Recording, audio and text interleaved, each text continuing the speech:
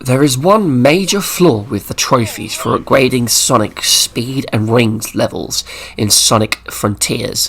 One obvious mistake that Sega made, a simple omission of a feature during the game's development that totally breaks these two trophies and turns them into both a tedious, annoying and frustrating part of the game. Plus, the fact that this mistake negatively affects these two abilities and the two trophies makes it downright bullshit. Nah, that's cool. I didn't want this to be easy anyway. That one bullshit PlayStation trophy.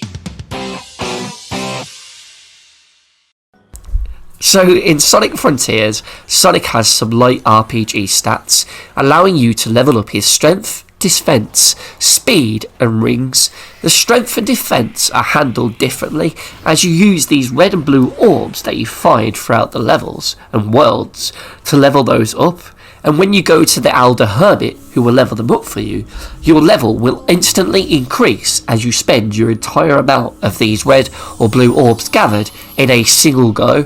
So you could go from, say, level 1 to level 10 in an instant if you've got enough orbs on you. Perfect. Sadly though, for the speed and rings, it does not work like that.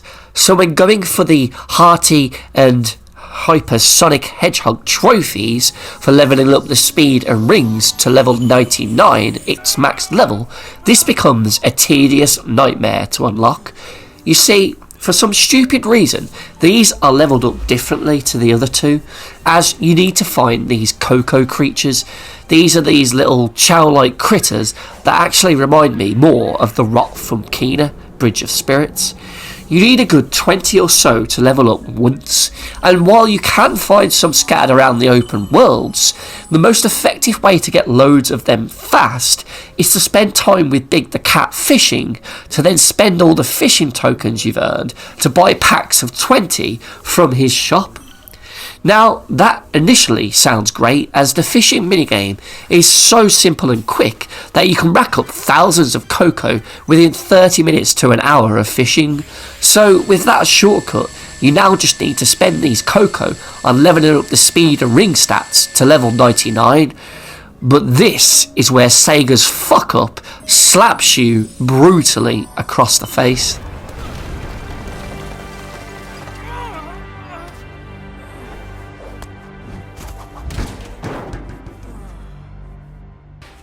You see, you level this up at the other Hermit that you can find throughout the open world, but the problem here is that he will literally only do you one level at a time.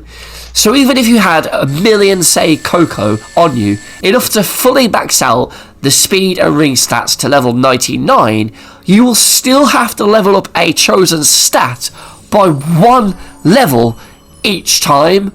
What the fuck, Sega? Why did you drop the ball on this so badly, Sonic Team? What's worse is that you have to skip the dialogue and wait for all the animations to play out, so that leveling up once can take like 10 to 15 seconds, and then you have to go and select the ability you want to level up again and repeat the whole process, making sure that you don't say no thanks to end the conversation, forcing you to then go and talk to him again and do it all again. It doesn't sound like much, but when all you have left to do in the game for the platinum is to level up those stats to 99, and the game forces you to do it one by one, even though you have enough to get up to level 99, it becomes really annoying really fast. Why couldn't they just do it like the defense and attack ones, where it scales the level to the amount of the item you have? Or maybe Sega and Sonic Team, maybe you could have given us a slider to allow us to choose how many Coco we want to invest in a stat, and then do all of that at once. I don't know, anything would have been better than how it is. What a stupid and not very well thought out upgrade system this thing was. I guess whatever this Zelda clone game was before you decided to slap Sonic the Hedgehog's character model in it and call it a Sonic game is to blame, but still, this is bullshit. But wait! There's more! Oh, and before anyone says, I know you can also rescale your stats, so if you've invested up to level 99 in speed and have rings at, say, level 2, you can then swap those stats around if you go visit the tool Hermit, which does sound amazing, but again, Sega and Sonic Team fuck up here, because you can only do this one little point at a time. Fuck! Now this should have definitely have just been a swap all of it over all at once kind of thing. At least then it would have made getting the second trophy easier, but no. The final nail in the coffin for me comes from the hermits, and when you speak to them to upgrade the stats, they can sometimes become too tired and stop upgrading your stats. Well, listen here, you fucking cunt. If you did it all at once instead of making me do it one by one, you might not be as tired, you little prick.